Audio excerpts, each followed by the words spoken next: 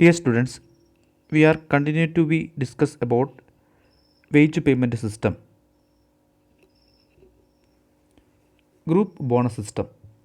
Then group bonus scheme is a system in which bonus is calculated on the basis of collective production of a group of workers and is distributed among the individual members of the group on some agreed basis. This system can be conveniently applied to construction industries and maintenance and repair work. Group bonus system എന്ന് പറഞ്ഞു കഴിഞ്ഞാൽ ഓർഗനൈസേഷനിലെ നമ്മൾ ഗ്രൂപ്പായിട്ട് ഒരു activity പൂർത്തീകരിക്കുകയും ആ activity പൂർത്തീകരിക്കുമ്പോൾ അതിൽ നിന്ന് ലഭിക്കുന്ന ബെനഫിറ്റ്സ് ആ വർക്ക് ആ പ്രവൃത്തിയായിട്ട് ബന്ധപ്പെട്ട അതിലുൾപ്പെട്ട എല്ലാവർക്കും ഈക്വലായിട്ട് അല്ലെങ്കിൽ അഗ്രീഡ് റേറ്റിൻ്റെ ബേസിൽ നമ്മൾ ഡിസ്ട്രിബ്യൂട്ട് ചെയ്യുന്ന ആ സ്കീമിനെയാണ് ഗ്രൂപ്പ് ബോണസ് സിസ്റ്റം എന്നുകൊണ്ട് ഉദ്ദേശിക്കുന്നത്. സാധാരണഗതിയിൽ കൺസ്ട്രക്ഷൻ ഇൻഡസ്ട്രീസിലും അതുപോലെ മെയിൻ്റെനൻസ് ആൻഡ് റിപ്പയേഴ്സ് വർക്കിലുമൊക്കെയാണ് നമ്മൾ ഈ വേജ് പേയ്മെൻറ്റ് സിസ്റ്റം ഉപയോഗിച്ച് വരുന്നത്. Then the next payment system is that co-partnership. Co-partnership is one of the monetary incentive scheme under which workers are given opportunity to have a share in capital, profit and control of business in which they are employed. Co-partnership ആ പേര് സൂചിപ്പിക്കുന്ന പോലെ തന്നെ ഒരു ഓർഗനൈസേഷൻ്റെ ഭാഗമായിട്ട് ഒരു employees work ചെയ്യുമ്പോൾ ആ എംപ്ലോയീസിന് പെർട്ടിക്കുലർ ബിസിനസ്സിൽ ആ ബിസിനസ്സിൻ്റെ ഭാഗമായിട്ടുള്ള ഷെയർ ക്യാപിറ്റലും അതോടൊപ്പം തന്നെ അതിൻ്റെ പ്രോഫിറ്റിലും അതുപോലെ തന്നെ അതിൻ്റെ ബിസിനസ്സിലും അവർക്ക് കൺട്രോളും അതുപോലെ തന്നെ അവർക്ക് ബോണസായിട്ട് ബിസിനസ്സിൻ്റെ പ്രോഫിറ്റും ഷെയർ ക്യാപിറ്റലും ബിസിനസ്സിൽ പ്രവർത്തിക്കാനുള്ള അധികാരവും ലഭിക്കുന്ന ഒരു സ്കീമിനെയാണ് നമ്മൾ co-partnership എന്നുകൊണ്ട് ഉദ്ദേശിക്കുന്നത്. സാധാരണഗതിയിൽ വർക്കേഴ്സിന് അവരുടെ റെമ്യൂണറേഷൻ്റെ ഭാഗമായിട്ട് ഇൻസെൻറ്റീവായി ആ കമ്പനിയുടെ ഷെയർ ക്യാപിറ്റൽ കൊടുക്കും. അതോടൊപ്പം തന്നെ ബിസിനസ് കൺട്രോൾ ചെയ്യാൻ വേണ്ടി മാനേജ്മെൻറ്റിലൊക്കെ അതിൻ്റെ പാർട്ടിസിപ്പേഷനെ കൊടുക്കുന്ന ആ ഒരു മെത്തേഡ് ഓഫ് വേജ് പേയ്മെൻറ്റ് സിസ്റ്റത്തിനെയാണ് co-partnership എന്നുകൊണ്ട് ഉദ്ദേശിക്കുന്നത്. Then the next system is that profit sharing scheme. The profit sharing scheme is one of the monetary incentive scheme under which the workers are entitled to share the profit of the concern at an agreed rate in addition to their wages. Okay, profit sharing scheme പ്രധാനമായും വർക്കേഴ്സിന് അവരുടെ വേജസിനോടൊപ്പം തന്നെ ആ ഓർഗനൈസേഷനിൽ ഉണ്ടാകാവുന്ന പ്രോഫിറ്റിൻ്റെ ഒരു part അവർ incentives ആയിട്ട് നൽകുന്ന ഒരു സിസ്റ്റത്തിനെയാണ് പ്രോഫിറ്റ് ഷെയറിംഗ് സ്കീം എന്നുകൊണ്ട് ഉദ്ദേശിക്കുന്നത്. Then the next method is that fringe benefit. The fringe benefits are non-monetary benefits given to the employees over and above their gross wages, and these are introduced to make the employment condition more favorable and attractive to the employees. Fringe benefits എന്ന് പറഞ്ഞാൽ non monetary ആയിട്ടുള്ള incentives വർക്കേഴ്സിന് അവരുടെ വേജസിനോടൊപ്പം ലഭ്യമാക്കുന്നതിനെയാണ് നമ്മൾ fringe benefits എന്നുകൊണ്ട് ഉദ്ദേശിക്കുന്നത്. ഇത് non monetary incentives ആണ്. ധനപരമല്ലാത്ത ചില ഫെസിലിറ്റീസൊക്കെ വർക്കേഴ്സിന് അവരുടെ വേജസിൻ്റെ ഭാഗമായിട്ട് ബിസിനസ് ഓർഗനൈസേഷൻ പ്രൊവൈഡ് ചെയ്യുന്നതിനെ നമ്മൾ ഫ്രിഞ്ച് ബെനിഫിറ്റ്സ് എന്നുകൊണ്ട് ഉദ്ദേശിക്കുന്നത്. The non monetary benefits like the workers provide the medical facility, then recreational facilities, subsidised food, then housing facilities, travelling facilities, ഇത്തരത്തിലുള്ള നോൺ മോണിറ്ററി ആയിട്ടുള്ള അഡീഷണൽ സർവീസസ് വർക്കേഴ്സിന് അവരുടെ വേജസിനോടൊപ്പം കൊടുക്കുന്ന ആ ഒരു സിസ്റ്റത്തിനെയാണ് ഫ്രിഞ്ച് ബെനിഫിറ്റ്സ് അല്ലെങ്കിൽ നോൺ മോണിറ്ററി ഇൻസെൻറ്റീവ്സ് എന്നുകൊണ്ട് ഉദ്ദേശിക്കുന്നത്. ദെൻ ഇനി വേജ് പേയ്മെൻറ്റുമായിട്ട് ബന്ധപ്പെട്ട ചില കൺസെപ്റ്റുകളാണ്. അതിലൊന്നാമത്തെ payroll or wage sheet. Then the payroll is a periodic statement of the employees showing the gross wages earned by each worker, a deduction from gross wages, the net wages payable to each worker. Payroll എന്ന് പറഞ്ഞ് ഉദ്ദേശിക്കുന്നത് സാധാരണഗതിയിൽ എംപ്ലോയീസിൻ്റെ പേയ്മെൻറ്റുമായിട്ട് ബന്ധപ്പെട്ട് ഉള്ള details കാണിക്കുന്ന ആ detailed സ്റ്റേറ്റ്മെൻറ്റിനാണ് payroll അല്ലെങ്കിൽ wage sheet എന്നുകൊണ്ട് ഉദ്ദേശിക്കുന്നത്. സാധാരണഗതിയിൽ ഒരു വർക്കറിന് എത്രയാണ് അയാൾക്ക് ഗ്രോസ് വേജസ് ആയിട്ട് പ്രൊവൈഡ് ചെയ്യുന്നത്, ആ ഗ്രോസ് വേജസിൽ നിന്ന് എന്തൊക്കെ ഡിഡക്ഷൻസ് ഒക്കെ ഉണ്ട്, ദെൻ ഡിഡക്ഷൻസ് കഴിഞ്ഞതിന് ശേഷം ഒരു വർക്കറിന് എത്ര നെറ്റ് വേജസ് ആണ് പ്രൊവൈഡ് ചെയ്യുന്നത്, ഇത്തരത്തിലുള്ള ഒരു സ്റ്റേറ്റ്മെൻറ്റിനെയാണ് നമ്മൾ പേറോൾ അല്ലെങ്കിൽ വേജ് ഷീറ്റ് എന്നുകൊണ്ട് ഉദ്ദേശിക്കുന്നത്. And this statement should be prepared by personnel department or payroll department. സാധാരണഗതിയിൽ ഒരു ഓർഗനൈസേഷനിലെ പേഴ്സണൽ ഡിപ്പാർട്ട്മെൻറ്റ് അല്ലെങ്കിൽ പേറോൾ ഡിപ്പാർട്ട്മെൻറ്റാണ് ഈ വേജ് ഷീറ്റുകളൊക്കെ തയ്യാറാക്കുക. Then the next concept is pay slip. Pay slip is a statement prepared and issued to each worker showing gross wages earned by the worker, then deduction from gross wages of worker and net wages payable to the worker. Okay, pay slip എന്ന് പറയുന്നത് ഒരു statement ആണ്. ആ statement organisation തയ്യാറാക്കി അത് ആ ഓർഗനൈസേഷനിൽ work ചെയ്യുന്ന ഓരോ വർക്കേഴ്സിനും അത് ഇഷ്യൂ ചെയ്യും. പ്രധാനമായിട്ടും അതിൻ്റെ അകത്ത് ഉൾക്കൊള്ളിച്ചിരിക്കുന്ന വിവരം എന്ന് പറയുന്നത് വർക്കറിന് എത്ര രൂപയാണ് ഗ്രോസ് വേജസ് ആയിട്ട് കമ്പനി പ്രൊവൈഡ് ചെയ്യുന്നത്, ദെൻ ആ വേജസിൽ നിന്നും എന്തൊക്കെ ഡിഡക്ഷൻസ് അതിനകത്തുണ്ട്, അതുപോലെ തന്നെ ആ ഡിഡക്ഷൻസിന് ശേഷം എത്ര നെറ്റ് വേജാണ് ഒരു പർട്ടിക്കുലർ വർക്കറിന് കമ്പനി പ്രൊവൈഡ് ചെയ്യുന്നത് എന്ന് വർക്കേഴ്സിനെ ബോധ്യപ്പെടുത്തുന്നതിന് വേണ്ടി കമ്പനി വർക്കേഴ്സിന് ഇഷ്യൂ ചെയ്യുന്ന സ്റ്റേറ്റ്മെൻറ്റിനെയാണ് പേ സ്ലിപ്പ് എന്നുകൊണ്ട് ഉദ്ദേശിക്കുന്നത്.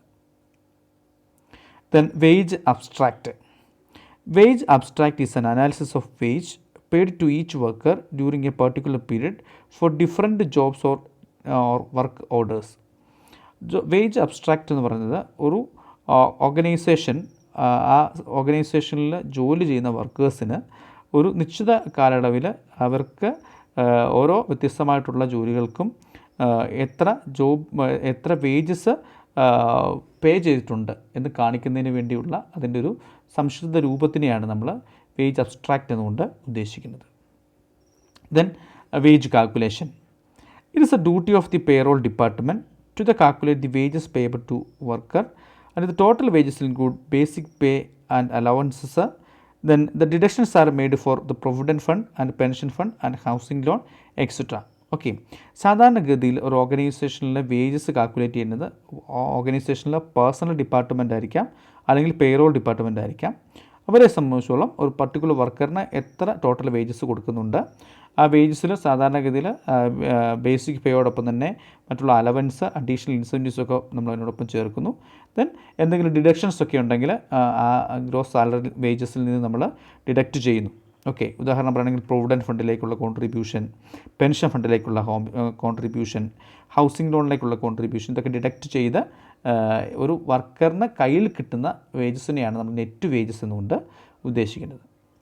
For example, from the following particulars find the amount of cash required for payment of wages the factory for the month of April 2014. Then the wage for normal hours is worked 2,05,000. Then wage for overtime 22,000. Then leave wages 17,000. Then the deduction of employees share to ESI contribution rupees 5,000. Then employees contribution to provident fund rupees 16,000. Then house rent to be recovered from employees 3,000. Okay, ഇതാണ് നമുക്ക് തന്നിരിക്കുന്ന ഒരു information. ഈ information വെച്ച് ഒരു വർക്കറിന് അയാൾക്ക് എത്ര net wages കൊടുക്കും എന്നാണ് നമ്മൾ കണ്ടുപിടിക്കേണ്ടത്. ഓക്കെ, അപ്പോൾ ഇവിടെ തന്നിരിക്കുന്ന ഇൻഫർമേഷൻ വെച്ച് നമുക്ക് സാധാരണഗതിയിൽ ആ വർക്കറിന് കൊടുക്കുന്ന നോർമൽ വേജസ്, ഓക്കെ, നമ്മൾ ഗ്രോസ് വേജസ് ഫസ്റ്റിലേക്ക് കാൽക്കുലേറ്റ് ചെയ്യുക. അപ്പോൾ എടുത്തെഴുതുക നോർമൽ വേജസ്, വർക്കറിന് കൊടുക്കുന്ന നോർമൽ വേജസ് 2,05,000. ഓക്കെ, ദെൻ രണ്ടാമത്തത് ഓവർ ടൈം വേജസ്. അതും എന്താണ്, ആ വർക്കറിനെ സംബന്ധിച്ചുള്ള അയാളുടെ വേജസിൽ പെടുന്ന കാര്യമാണ്. Then add overtime wages 22,000. Then leave wages. Okay, leave വേജസും അയാൾക്ക് ലഭ്യമാകുന്നതാണ്. Leave wages 17,000. ഓക്കെ, ഇനി വേറെ നമുക്ക് അഡീഷണൽ ആയിട്ടൊന്നും വേജസിനോടൊപ്പം ഇല്ല. അപ്പോൾ അതുകൊണ്ട് തന്നെ എന്താണ് ഗ്രോസ് വേജസ് കാൽക്കുലേറ്റ് ചെയ്യുക. Then gross wages is equal to 2,05,000 plus 22,000 plus 17,000, that is 2,44,000. Then the less deduction from gross wages. Then first item, employees share to ESI. Okay, ESI കോൺട്രിബ്യൂഷനിലേക്കുള്ള എംപ്ലോയീസിൻ്റെ ഷെയർ അത് നമ്മൾ എന്ത് ചെയ്യണം, 5,000 ആണ്, അത് ഡിഡക്റ്റ് ചെയ്യണം. First item employee share to ESI. Then second one, the employees contribution to provident fund. Okay, provident ഫണ്ടിലേക്കുള്ള എംപ്ലോയീസിൻ്റെ contribution amount 16,000. Then house rent required. Okay, house rent recovered from employees അത് 3,000. ഓക്കെ, അപ്പോൾ ഇത്രയും കാര്യങ്ങളാണ് നമ്മൾ അതിൽ നിന്ന് ഗ്രോസ് വേജസിൽ നിന്നും ഡിഡക്റ്റ് ചെയ്യേണ്ടത്. Then sum total of deducted amount is that 24,000. Then 2,44,000 minus 24,000, the net wages is payable to the workers is that 22,000. Okay, ഇപ്പോൾ നമ്മളൊരു വേജ് കാൽക്കുലേറ്റ് ചെയ്യുമ്പോൾ ഒരു വർക്കറിന് കിട്ടുന്ന എല്ലാ ഇൻസെൻറ്റീവ്സും ദെൻ അയാൾക്ക് കിട്ടുന്ന വേജസും കൂട്ടുക. പിന്നെ അതിൽ നിന്നും നമ്മൾ സാധാരണഗതിയിൽ നമ്മൾ എന്തൊക്കെ ഡിഡക്ഷൻസ് ഒക്കെ ഉണ്ടോ ആ ഡിഡക്ഷൻസ് ഒക്കെ കുറച്ചതിന് ശേഷം ഒരു വർക്കറിന് കയ്യിലേക്ക് കൊടുക്കുന്ന വേജസിനെയാണ് നമ്മൾ നെറ്റ് വേജസ് എന്നുകൊണ്ട് ഉദ്ദേശിക്കുന്നത്. Then the next concept is idle time. When the workers are paid on the time basis, some difference between the time for which they are paid and the time they are actually spent on production is bound to arise. Then the difference is also known as ideal time. This is the time for which the employer pays but that derives no benefit from the worker. Okay, ideal time എന്ന concept കൊണ്ട് ഉദ്ദേശിക്കുന്നത് ഒരു വർക്കറിനെ സംബന്ധിച്ചോളം നമ്മൾ time റേറ്റിൽ അയാൾക്ക് wages provide ചെയ്യുകയാണെങ്കിൽ അയാൾ എത്ര മണിക്കൂർ വർക്ക് ചെയ്തോ ആ മുഴുവൻ മണിക്കൂറിന് നമ്മൾ അയാൾക്ക് വേജസ് പ്രൊവൈഡ് ചെയ്യും. പക്ഷേ ആ വർക്കറിനെ സംബന്ധിച്ചോളം അയാൾ കണ്ടിന്യൂസ് ആയിട്ട് വർക്ക് ചെയ്യണമെന്നില്ല. അപ്പോൾ അയാൾ പണി ചെയ്യാത്ത ആ ഒരു നിഷ്ക്രിയമായിട്ടുള്ള അല്ലെങ്കിൽ പണി ചെയ്യാതിരിക്കുന്ന തൊഴിൽ ചെയ്യാതിരിക്കുന്ന ആ ഒരു ടൈമിനെയാണ് നമ്മൾ ഐഡിയൽ ടൈം എന്നുകൊണ്ട് ഉദ്ദേശിക്കുന്നത്. And that is a difference time for which the employer pays no benefit from the worker. Okay, ഇവിടെ എന്താണ്, ഒരു വർക്കർ 10 മണിക്കൂർ അയാൾ ജോലി ചെയ്തതിൻ്റെ അയാൾക്ക് ടൈം റേറ്റുള്ള വേജസ് കൊടുത്തു കഴിഞ്ഞാൽ അയാളുടെ വിശ്രമവും അതുപോലെ തന്നെ അയാൾ പണിയെടുക്കാതായിരിക്കുന്ന ചില ടൈമുകളൊക്കെ കുറച്ച് കഴിഞ്ഞാൽ അങ്ങനെയുള്ള സമയം എന്താണ്, അത് അൺപ്രൊഡക്റ്റീവാണ്. ഓക്കെ, അങ്ങനെ അൺപ്രൊഡക്റ്റീവായിട്ടുള്ള ആ ഒരു ടൈം അത് ഒരു എംപ്ലോയറിനെ സംബന്ധിച്ചോളം അയാൾക്ക് യാതൊരു ബെനിഫിറ്റും ലഭിക്കുന്നില്ല. പക്ഷേ എന്താണ്, അയാൾ ഓൾറെഡി ആ ഒരു ടൈമിന് കൂടി ഓൾറെഡി പേ ചെയ്യുന്നുണ്ട് അല്ലേ.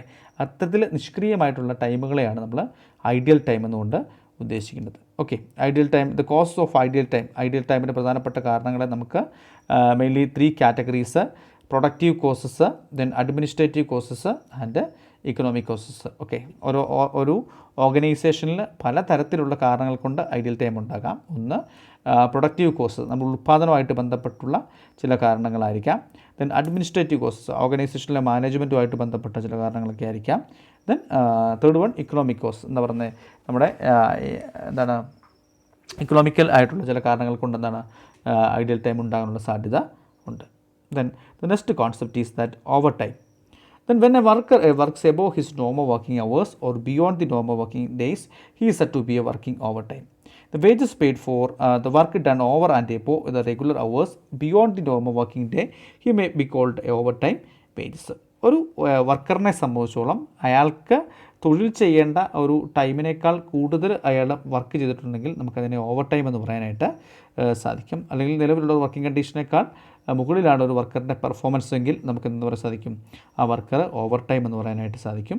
അപ്പോൾ according to factories act 1948, the overtime has to be paid at double the normal rate. Okay, 1948 factories act പ്രകാരം ഒരു വർക്കറിനെ സംബന്ധിച്ചുള്ള അയാൾ ഓവർ ടൈം വർക്ക് ചെയ്തിട്ടുണ്ടെങ്കിൽ അയാൾക്ക് സാധാരണഗതിയിൽ ലഭിക്കുന്നതിൻ്റെ ഇരട്ടി അയാൾക്ക് വേജസ് ആയിട്ട് പ്രൊവൈഡ് ചെയ്യണം.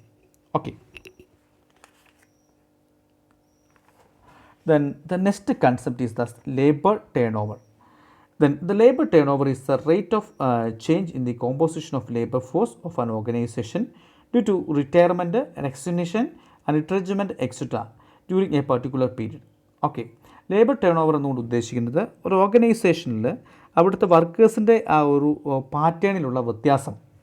അത് സാധാരണഗതിയിൽ ഒന്നുകിൽ വർക്കേഴ്സിൻ്റെ പിരിഞ്ഞു പോകലാകാം, റിട്ടയർമെൻ്റ് ആകാം, അല്ലെങ്കിൽ റെസിഗ്നേഷൻ, ആ ഓർഗനൈസേഷനിൽ നിന്നും ഒരു വർക്കർ രാജിവെച്ച് പോകുന്നതാകാം, അല്ലെങ്കിൽ റിട്രെഞ്ച്മെൻറ്റ് ഓർഗനൈസേഷനിലെ ചെലവ് ചുരുക്കൽ പ്രക്രിയയുടെ ഭാഗമായിട്ട് ഒരു ഓർഗനൈസേഷനിലെ വർക്കേഴ്സിൻ്റെ പാറ്റേണിൽ വരുന്ന ആ മാറ്റത്തിനെയാണ് നമ്മൾ ലേബർ ടേൺ ഓവർ എന്നുകൊണ്ട് ഉദ്ദേശിക്കുന്നത്, അല്ലെങ്കിൽ വർക്കേഴ്സിൻ്റെ കൊഴിഞ്ഞുപോക്കൽ. Okay, then it may be defined as the ratio of the number of workers leaving an organization during given period to the average number of workers of that organization during the same period. Okay, ഒരു ഓർഗനൈസേഷനെ സംബന്ധിച്ചോളം അവിടെ ഒരു നിശ്ചിത കാലാവധിക്കുള്ളിൽ ഒരു ഓർഗനൈസേഷനിലേക്ക് ഉള്ള വർക്കേഴ്സിൻ്റെ ആ ഒരു എന്താണ് കൊഴിഞ്ഞുപോക്കലിനെ അല്ലേ, ആ ഒരു കോമ്പോസിഷനിൽ വരുന്ന ആ ഒരു മാറ്റത്തിനെയാണ് നമ്മൾ ലേബർ ടേൺ ഓവർ എന്നുകൊണ്ട് ഉദ്ദേശിക്കുന്നത്.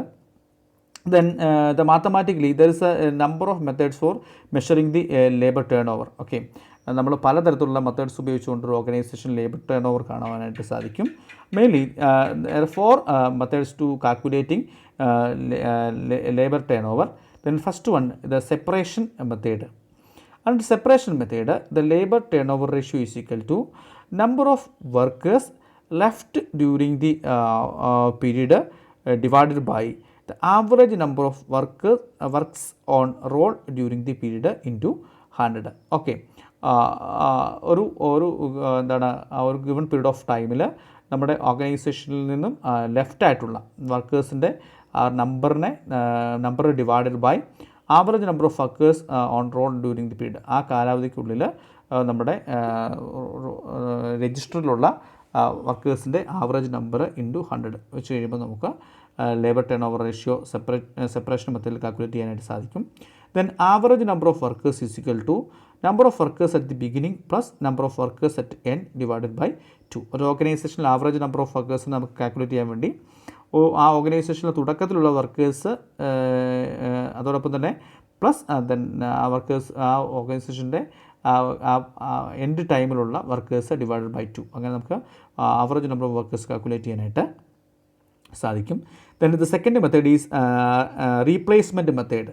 Under replacement method, the labor turnover ratio is equal to number of workers replaced during a period divided by average number of workers on roll during the period into 100. Okay, replacement മെത്തേഡിൽ നമ്മളൊരു given period of ടൈമിൽ replace ചെയ്ത വർക്കേഴ്സിൻ്റെ എണ്ണം divided by average number of workers on roll during the period. Okay, നമ്മുടെ രജിസ്റ്ററിലുള്ള വർക്കേഴ്സിൻ്റെ average number into 100 multiply ചെയ്യുമ്പോൾ റീപ്ലേസ്മെൻറ്റ് മെത്തേഡിൽ നമുക്ക് labour turnover ratio calculate ചെയ്യാനായിട്ട് സാധിക്കും. Then third one the flux method.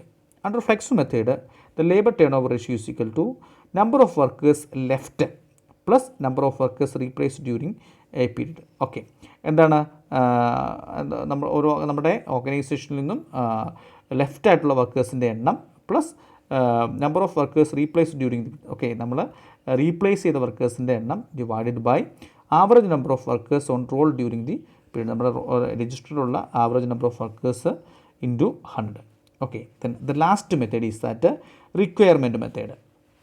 Under requirement method, the labor turnover ratio is equal to number of workers required to be replaced during the period divided by average number of workers on roll during the period into 100. Okay, number of workers required to be, okay, നമുക്ക് replace ചെയ്യാൻ വേണ്ടി ആവശ്യമായിട്ട് വരുന്ന വർക്കേഴ്സിൻ്റെ എണ്ണം divided by നമ്മുടെ രജിസ്റ്ററുള്ള വർക്കേഴ്സിൻ്റെ average. Okay, അപ്പോൾ എല്ലാ മെത്തേഡിലും കോമൺ ആയിട്ട് average number of workers on roll during the period അതാണ് നമ്മൾ അത് വെച്ചാണ് ഡിവൈഡ് ചെയ്യേണ്ടത്. Then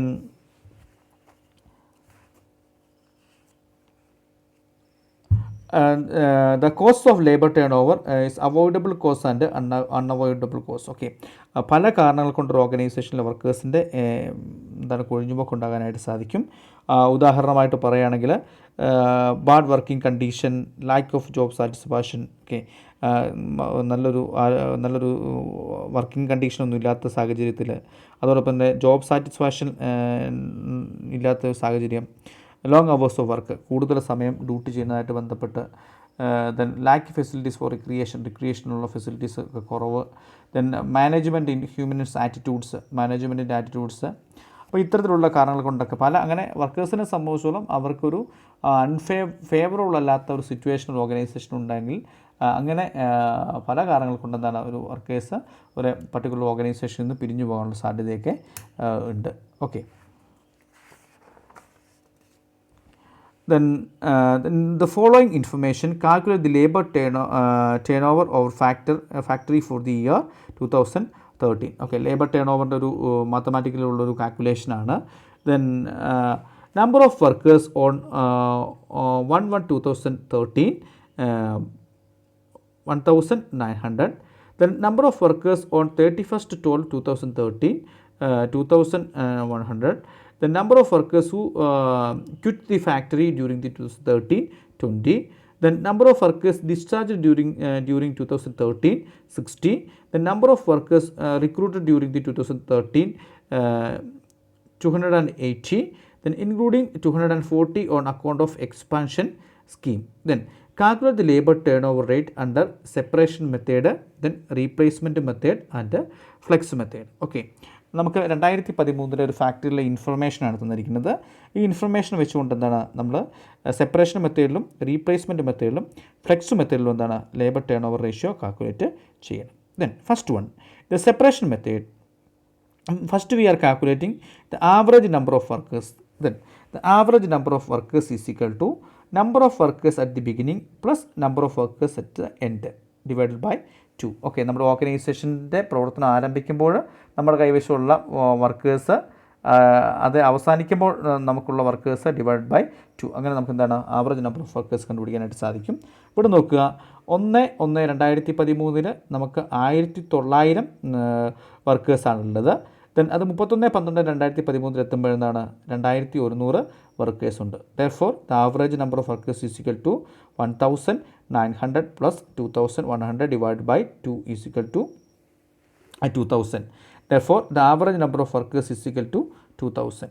Then labor turnover ratio under separation method is equal to number of workers left during the period. Number of workers left during the period divided by average number of workers on roll during the period into 100. Okay. ഇവിടെ average number of workers നമുക്ക് തന്നിട്ടുണ്ട്. എത്രയാണ്? 2000 നമ്മൾ already കണ്ടുവച്ചിട്ടുണ്ട്. ഇനി number of workers left during the period, നമ്മുടെ ഈ ഒരു കാലാവധിക്കുള്ളിൽ നമ്മുടെ ഓർഗനൈസേഷനിൽ നിന്നും ലെഫ്റ്റ് ആയിട്ടുള്ള വർക്കേഴ്സിൻ്റെ എണ്ണം നോക്കുക. ഇവിടെ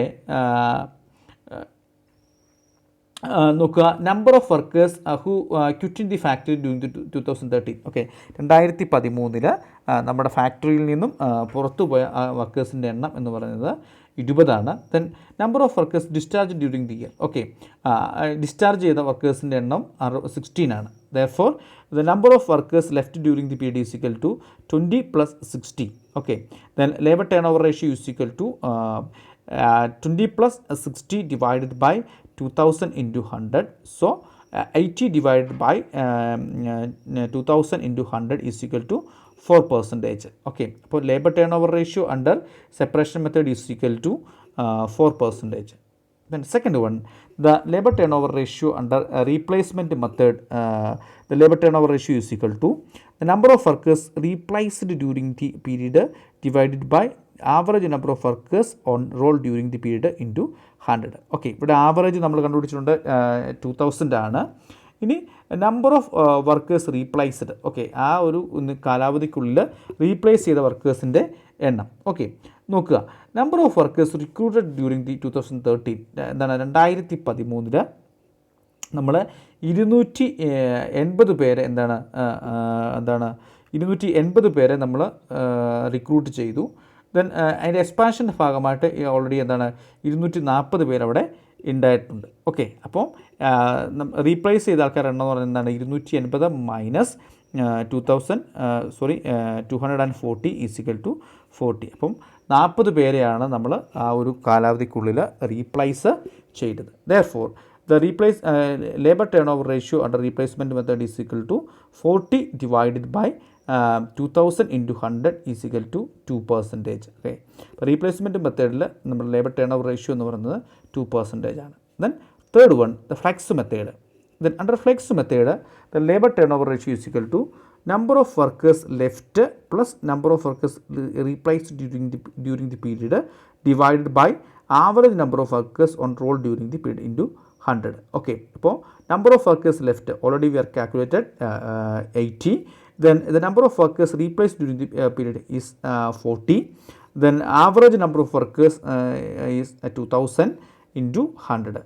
Therefore, 80 plus 40 divided by 2000 into 100 is equal to 120 divided by 2000 into 100, that is 6%. Then labor turnover ratio under flex method is equal to 6%. Then the next concept is that outworkers. Then outworkers are those workers who are work outside the factory premises. The outworkers may be classified into two categories. Okay, outworkers are those workers who work outside the factory premises. ഒരു ഓർഗനൈസേഷൻ്റെ factory premises അല്ലെങ്കിൽ അതിൻ്റെ ആ ഓർഗനൈസേഷൻ്റെ ആ ഒരു ഫാക്ടറിക്ക് വെളിയിൽ work ചെയ്യുന്ന വർക്കേഴ്സിനെയാണ് നമ്മൾ outside workers എന്നുകൊണ്ട് ഉദ്ദേശിക്കുന്നത്. Then the outside workers mainly categorise in to classified in to category. That is the workers who are on the payroll of the factory, then workers who are not on the payroll of the factory. Out workers നമ്മൾ രണ്ടായിട്ട് classify ചെയ്യാം. ഒന്ന്, ആ ഓർഗനൈസേഷൻ്റെ പേറോളിൻ്റെ ഭാഗമായിട്ടുള്ള വർക്കേഴ്സിനെ സാധാരണഗതിയിൽ അവരുടെ പേരും കാര്യങ്ങളൊക്കെ അവിടുത്തെ രജിസ്റ്ററിൽ കാണും, പക്ഷേ അവർ വർക്ക് ചെയ്യുന്നത് അവർ വർക്ക് ഫ്രം ഹോം ഒക്കെ ആയിട്ടായിരിക്കും വർക്ക് ചെയ്യുന്നത്. അപ്പോൾ അങ്ങനെയുള്ള വർക്കേഴ്സിന് നമുക്കെന്ന് പറയാൻ സാധിക്കും the workers who are not workers who are on the payroll of the factory. പേറോളിൽ പേരുള്ള വർക്കേഴ്സ് എന്ന് പറയാനായിട്ട് സാധിക്കും.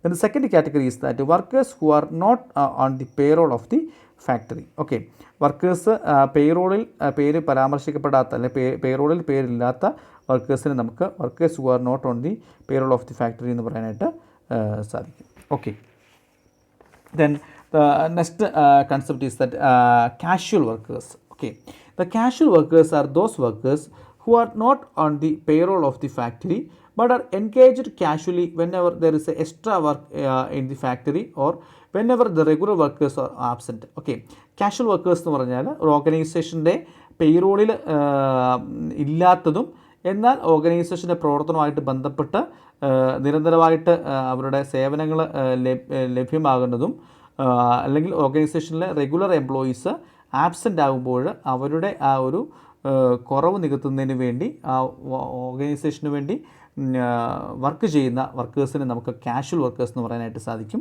കാഷ്വൽ വർക്കേഴ്സിനെ സംബന്ധിച്ചുള്ള കമ്പനിയുടെ സ്ഥിര വർക്കേഴ്സ് അല്ല, സ്ഥിരമായിട്ടുള്ള വർക്കേഴ്സിൻ്റെ ആ ഒരു ആബ്സെൻറ്റിൽ ഓർഗനൈസേഷൻ്റെ പ്രവർത്തനങ്ങൾ മുന്നോട്ട് കൊണ്ടുപോകുന്നതിന് വേണ്ടി നമ്മൾ താൽക്കാലികമായിട്ട് വെക്കുന്ന വർക്കേഴ്സിനെയാണ് കാഷ്വൽ വർക്കേഴ്സ് എന്നുകൊണ്ട് ഉദ്ദേശിക്കുന്നത്.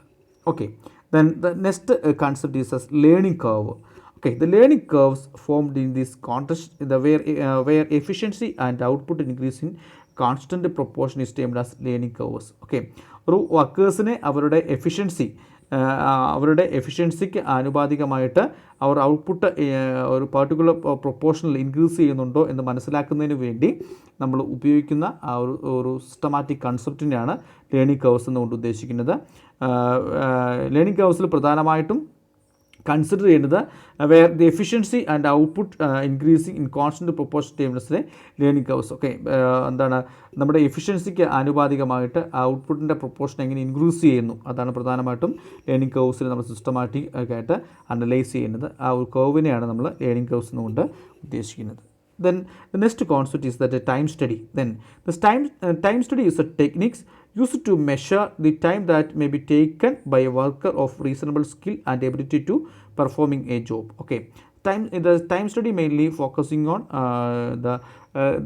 the workers that requires a reasonable skill and ability to performing a job. okay, ഒരു പെർട്ടിക്കുലർ വർക്ക് പെർഫോം ചെയ്യുന്നതിന് വേണ്ടി ഒരു വർക്കേഴ്സിന് അവർക്ക് വേണ്ട സ്കില്ലും ആ ഒരു എബിലിറ്റിയും ആ ഒരു ക്വാളിഫിക്കേഷൻസിനെയും ഡിസ്കസ് ചെയ്യുന്നതിന് വേണ്ടിയാണ് പ്രധാനമായിട്ടും ടൈം സ്റ്റഡീസ് ഉപയോഗിക്കുന്നത്. ഓക്കെ, സാധാരണ ഇതിലൊരു വർക്കർ ഒരു പർട്ടിക്കുലർ വർക്ക് പൂർത്തീകരിക്കുന്നതിന് വേണ്ടി അവർക്ക് എത്ര ടൈം വേണം, ആ ടൈമിനോടൊപ്പം തന്നെ എന്തെല്ലാം സ്കില്ല് അതിനാവശ്യമായിട്ട് വരും എന്ന് നമ്മൾ ഡിസ്കസ് ചെയ്യുന്നതിനെ ആണ് ടൈം സ്റ്റഡി എന്നുകൊണ്ട് ഉദ്ദേശിക്കുന്നത്. Then motion study. Then the motion study is techniques which involves the close observation of movement of the body and limbs that required to performing a job. It helps to eliminate the wasteful motion and determine the best way of doing a job. okay, ഒരു ഓർഗനൈസേഷനിൽ ഒരു worker ഒരു particular job perform ചെയ്യുമ്പോൾ അവരുടെ ആ ഒരു job perform ചെയ്യുമ്പോൾ ആ വർക്കേഴ്സിൻ്റെ അവരുടെ ഒരു ബോഡി മൂവ്മെൻറ്റ്, ആ ഒരു ശാരീരികപരമായിട്ടുള്ള ആ ഒരു മൂവ്മെൻറ്റിനെ പറ്റി പഠിക്കുന്നതിന് വേണ്ടിയാണ് മോഷൻ സ്റ്റഡി എന്ന് പറഞ്ഞൊരു കൺസെപ്റ്റ് നമ്മൾ ഇൻട്രൊഡ്യൂസ് ചെയ്തിരിക്കുന്നത്. ഒരു പർട്ടിക്കുലർ വർക്ക് ചെയ്യുമ്പോൾ അവരുടെ ആ ഒരു ബോഡി ലാംഗ്വേജ് അല്ലെങ്കിൽ ബോഡി മൂവ്മെൻറ്റ് നമുക്ക് പ്രോപ്പറായിട്ട് ഡിറ്റർമിൻ ചെയ്യുന്നതിന് വേണ്ടിയും അൺനെസസറി ആയിട്ടുള്ള വേസ്റ്റ്ഫുൾ മോഷൻസിനെയൊക്കെ അവോയ്ഡ് ചെയ്യുന്നതിന് വേണ്ടിയാണ് മോഷൻ സ്റ്റഡി പ്രധാനമായിട്ടും ഓർഗനൈസേഷൻ നമ്മൾ ഇൻട്രൊഡ്യൂസ് ചെയ്തിരിക്കുന്നത്. Then next, job evaluation. Then job evaluation is the process of determining the relative worth of different categories of job for fixation of labor remuneration.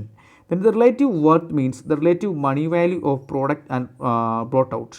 Okay, ഒരു ഓർഗനൈസേഷനിൽ ഒരു വർക്കേഴ്സിന് അവരുടെ remuneration package നമ്മൾ fix ചെയ്യുന്ന സമയത്ത് ആ വർക്കേഴ്സിന് ഓരോ ജോബിനും അതിനാനുപാതികമായിട്ടുള്ള ആ ജോബിൻ്റെ ഇമ്പോർട്ടൻസ് അല്ലെ അതിൻ്റെ റിലേറ്റീവ് വർത്ത് കൺസിഡർ ചെയ്തുകൊണ്ട് വർക്കേഴ്സിൻ്റെ ലേബർ റെമ്യൂണറേഷൻ വർക്കേഴ്സിൻ്റെ അവരുടെ വേജ് റെമ്യൂണറേഷൻ ഫിക്സ് ചെയ്യുന്നതിന് വേണ്ടി നമ്മൾ പർട്ടിക്കുലർ ഓരോ കാറ്റഗറീസ് വൈസ് ഓരോ ജോബിനെയും അനലൈസ് ചെയ്യുന്നതിനെയാണ് നമ്മൾ ജോബ് ഇവാലുവേഷൻ എന്നുകൊണ്ട് ഉദ്ദേശിക്കുന്നത്. Then the process of determining the relative worth various job within the organisation. So the different wages may be pay to jobs for different worth in different values producer. Okay, ഓരോ തൊഴിലിനും അതിൻ്റേതായ importance ഉണ്ട്. അപ്പോൾ അതിൻ്റെ ഇമ്പോർട്ടൻസിനെ consider ചെയ്തുകൊണ്ട് വർക്കേഴ്സിൻ്റെ remuneration fix ചെയ്യുന്നതിന് നമ്മൾ ജോബിനെ ഓരോ കാറ്റഗറീസ് വൈസ് അനലൈസ് ചെയ്യുന്നതിനെയാണ് നമ്മൾ ജോബ് ഇവാലുവേഷൻ എന്നുകൊണ്ട് ഉദ്ദേശിക്കുന്നത്. Then the next topic is that job analysis. Then the job analysis is the process of studying and collecting information relating to the operations and the responsibilities of a specific job. Then the job analysis means analyzing the qualities, skill, qualification and experience are required to specific job. Okay, job analysis പ്രധാനമായിട്ടും നമ്മൾ ചെയ്യുന്നൊരു കാര്യം ഒരു particular job perform ചെയ്യുന്നതിന് വേണ്ടി അതിനെന്തെല്ലാം qualities അല്ലെങ്കിൽ then എന്തെല്ലാം skill അല്ലെങ്കിൽ എന്തെല്ലാം ക്വാളിഫിക്കേഷൻസ് അല്ലെങ്കിൽ എക്സ്പീരിയൻസ് ഒരു പർട്ടിക്കുലർ ജോബ് ചെയ്യുന്നതിന് വേണ്ടി അതിന് വേണ്ട ക്വാളിറ്റീസ്, സ്കില്ല്, ക്വാളിഫിക്കേഷൻ, എക്സ്പീരിയൻസ് ഇങ്ങനെയുള്ളതിൻ്റെ എല്ലാം ഒരു വളരെ ഡീറ്റെയിൽ ആയിട്ടൊരു അനാലിസിസ് കണ്ടക്ട് ചെയ്യുന്നതിനെയാണ് നമ്മൾ ജോബ് അനാലിസിസ് എന്നുകൊണ്ട് ഉദ്ദേശിക്കുന്നത്. ഓരോ ജോബിനും അതിൻ്റേതായ പർട്ടിക്കുലർ റെസ്പോൺസിബിലിറ്റീസും പർട്ടിക്കുലർ ക്വാളിറ്റീസും ഒക്കെ ഡിറ്റർമിൻ ചെയ്യുന്നതിനെയാണ് നമ്മൾ ജോബ് അനാലിസിസ് എന്നുകൊണ്ട് ഉദ്ദേശിക്കുന്നത്. Then next concept is that job enrichment. Then the job enrichment is non-financial techniques of motivating the employees by designing the jobs in such a way that to build the opportunity for achievement, recognition and personal growth of the employees. Okay, job enrichment എന്ന് പറഞ്ഞാൽ ഒരു non financial ടെക്നിക്സാണ്. ഒരു non monetary ആയിട്ട് വർക്കേഴ്സിനെ അവരെ കൃത്യമായിട്ടും motivate ചെയ്ത് ഒരു particular work ചെയ്യുന്നതിന് വേണ്ടി അവരുടെ ആ ഒരു പ്രവർത്തനങ്ങളെയൊക്കെ വേണ്ട ഓപ്പർച്യൂണിറ്റി ഫോർ അച്ചീവ്മെൻറ്റ് അവർക്ക് വളർന്നു വരാൻ വേണ്ടിയുള്ള ഒരു അവസരം, അതോടൊപ്പം തന്നെ അംഗീകാരം, അവർക്ക് കൂടുതലായിട്ടുള്ള ഒരു എൻകറേജ്മെൻറ്റ് ചെയ്യാൻ വേണ്ടിയുള്ള ഒരു ഓപ്പർച്യൂണിറ്റീസൊക്കെ പ്രൊവൈഡ് ചെയ്യുന്ന ആ ഒരു പ്രോസസ്സിനെയാണ് നമ്മൾ ജോബ് എൻറിച്ച്മെൻറ്റ് എന്നുകൊണ്ട് ഉദ്ദേശിക്കുന്നത്. ഓരോ വർക്കേഴ്സിനെ സംബന്ധിച്ചോളം അവർക്ക് ഒരു പേഴ്സണലായിട്ടുള്ളൊരു ഡെവലപ്മെൻറ്റ് അല്ലെങ്കിൽ പേഴ്സണലായിട്ടുള്ളൊരു പ്രോസ്പെരിറ്റി ഗ്രോത്ത് എപ്പോഴും മെയിൻറ്റെയിൻ ചെയ്യുന്നതിന് വേണ്ടി നമ്മളവരെ മോട്ടിവേറ്റ് ചെയ്യുകയും അവർക്ക് അവരുടെ to build opportunity for achievement അവർക്ക് പുതുതായിട്ടുള്ള അച്ചീവ്മെൻറ്റ്സ് നേടിയെടുക്കുന്നതിന് വേണ്ടിയും അവർക്ക് അംഗീകാരമൊക്കെ കൊടുത്തുകൊണ്ട് അവരെ കൃത്യമായിട്ടും പർട്ടിക്കുലർ വർക്കിൽ എൻകറേജ് ചെയ്യുന്ന ഒരു കോൺസെപ്റ്റിനെയാണ് നമ്മൾ ജോബ് എൻറിച്ച്മെൻറ്റ് എന്നുകൊണ്ട് ഉദ്ദേശിക്കുന്നത്. Then the last concept is that merit rating. Then the merit rating simply means the rating or grading the workers on their merit to treat them to differentially in remunerating them. ഒരു ഓർഗനൈസേഷനിലെ വർക്കേഴ്സിന് അവർക്ക് remuneration കൊടുക്കുന്നതിന് വേണ്ടി ആ ഓരോ വർക്കേഴ്സിനെയും അവരുടെ ആ ഒരു പെർഫോമൻസിന് ആനുപാതികമായിട്ട് അവരെ നമ്മൾ റേറ്റ് ചെയ്യുക അല്ലെങ്കിൽ അവരെ തരം തിരിക്കുന്നതിനെയാണ് നമ്മൾ മെറിറ്റ് റേറ്റിംഗ് എന്നുകൊണ്ട് ഉദ്ദേശിക്കുന്നത്. The merit rating is conducted for the purpose of remunerating the employees. വർക്കേഴ്സിന് അവരുടെ പ്രതിഫലം കൊടുക്കുന്നതിന് വേണ്ടിയാണ് അവരുടെ ഓരോ പെർഫോമൻസിന് ആനുപാതികമായിട്ട് ഓരോ വർക്കേഴ്സിനെയും നമ്മൾ കാറ്റഗറൈസ് ചെയ്യുന്നതിനെയാണ് നമ്മൾ മെറിറ്റ് റേറ്റിംഗ് എന്നുകൊണ്ട് ഉദ്ദേശിക്കുന്നത്. ഓക്കെ, അപ്പോൾ ഈ ഒരു മൊഡ്യൂൾ 3യുടെ പാർട്ട് 5 നമ്മൾ പ്രധാനമായിട്ടും ഡിസ്കസ് ചെയ്തത് കണ്ടിന്യൂസ് ആയിട്ട് പറഞ്ഞ വേജ് പേയ്മെൻറ്റ് സിസ്റ്റത്തെ പറ്റിയായിരുന്നു. വേജ് പേയ്മെൻറ്റ് സിസ്റ്റത്തിൽ പ്രധാനമായിട്ടും നമുക്ക് ടൈം റേറ്റ് സിസ്റ്റവും പീസ് റേറ്റ് സിസ്റ്റവുമാണ് ഉള്ളത്. അതിനോട് ഒപ്പം തന്നെ ഉള്ള ചില മെത്തേഡ്സുകളെ പറ്റിയാണ് നമ്മൾ ഡിസ്കസ് ചെയ്തത്. അതിൽ first group bonus system, then co partnership, then profit sharing scheme, then fringe benefit, അതോടൊപ്പം തന്നെ ചില കൺസെപ്റ്റുകളെ പറ്റി നമ്മൾ ഡിസ്കസ് ചെയ്തു. Payroll or wage sheet, then pay slip, wage abstract, then wage calculations, then ideal time, then labor turnover ratio, then overtime, then overtime, out workers, casual workers, learning curves, time study, motion study, job evaluation, job analysis, job enrichment, then finally merit rating. Okay, അപ്പോൾ ഇതോടുകൂടി നമ്മുടെ cost അക്കൗണ്ടിങ്ങിൻ്റെ മൂന്നാമത്തെ module നമ്മൾ പൂർത്തീകരിച്ചിരിക്കുകയാണ്. പ്രധാനമായിട്ടും ലേബേഴ്സിന് കൊടുക്കുന്ന labours എന്താണെന്നും direct labour എന്താണെന്നും indirect labour എന്നുള്ള കാര്യം നമ്മൾ ഡിസ്കസ് ചെയ്തു. അതോടൊപ്പം തന്നെ വേജ് പേയ്മെൻറ്റ് സിസ്റ്റത്തിനെ പറ്റിയൊക്കെയാണ് നമ്മൾ ഡിസ്കസ് ചെയ്തത്. അത് ഓരോന്നും പ്രോബ്ലം വൈസും തിയററ്റിക്കൽ വൈസും വളരെ ഇമ്പോർട്ടൻ്റ് ആണ്. അപ്പോൾ അതുകൊണ്ട് തന്നെ കൃത്യമായിട്ടും നമ്മൾ ആ ഓരോ മെത്തേഡും പ്രോപ്പറായിട്ട് അറിഞ്ഞിരിക്കുക, അതിൻ്റെ പ്രോബ്ലം കൃത്യമായിട്ടും ചെയ്യുക. അപ്പോൾ നമ്മുടെ മൂന്നാമത്തെ മൊഡ്യൂള് പൂർണ്ണമായിട്ടും കംപ്ലീറ്റ് ചെയ്തിരിക്കുന്നു. Okay, thank you.